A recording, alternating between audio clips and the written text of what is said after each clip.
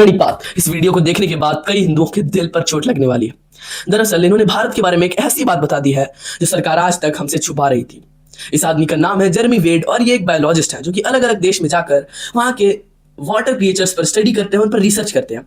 ये रिसेंटली भारत भी आए थे और इन्होंने भारत में गंगा नदी पर रिसर्च किया।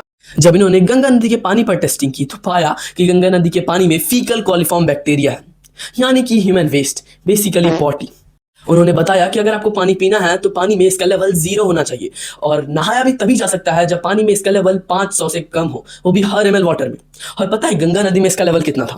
82,000। उसके बाद उन्होंने अपने एक रिमोट कंट्रोल सबमरीन को गंगा में उतार दिया और फिर उनके सबमरीन ने रिकॉर्ड किया कि गंगा मैया तो सिर्फ कूड़ों से भरी हुई है। इनफैक्ट कि उनका वो जो खुद का रिमोट कंट्रोल सबमरीन था वो भी उस कूड़े में ही फंस कर रह गया। और इससे भी खतरनाक बात तो ये है कि गंगा मैया भरी हुई है हार्मफुल केमिकल से, जैसे कि लेड, आर्सेनिक और क्रोमियम। और पता है ये केमिकल्स आ कहां से रहे हैं? कानपुर की टैरनी से। पता है टैरनी का क्या मतलब होता है? टैरनी का मतलब ऐसी फैक्ट्रीज जहां पर जानवर के चमड़ों से लेदर बनाया जाता है। हम गंगा मैया में नहाते हैं खुद को साफ करने के लिए, पर गंगा मैया कितनी साफ है इससे हमें घंटा भी फर्क नहीं पड़ता।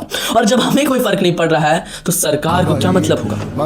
हम जब देखते हैं कि दूसरे देशों में जहाँ नदियों को नदी कहा जाता है वहां पर नदी इतनी साफ है, पर भारत में नदियों को माता कहा जाता है। दूसरे देशों में गाय को गाय बोला जाता है पर भारत में गाय को माता कहा जाता है। दूसरे देशों में स्कूल को स्कूल माना जाता है पर भारत में स्कूल को मंदिर माना जाता है। पर वहीं भारत की इन सब में सबसे बुरी हालत है। ये सब देखकर हमें तो शर्म से डूबकर मर जाना चाहिए। वैसे सब्सक्राइब कर देना क्योंकि ये चैनल भी अच्छा है।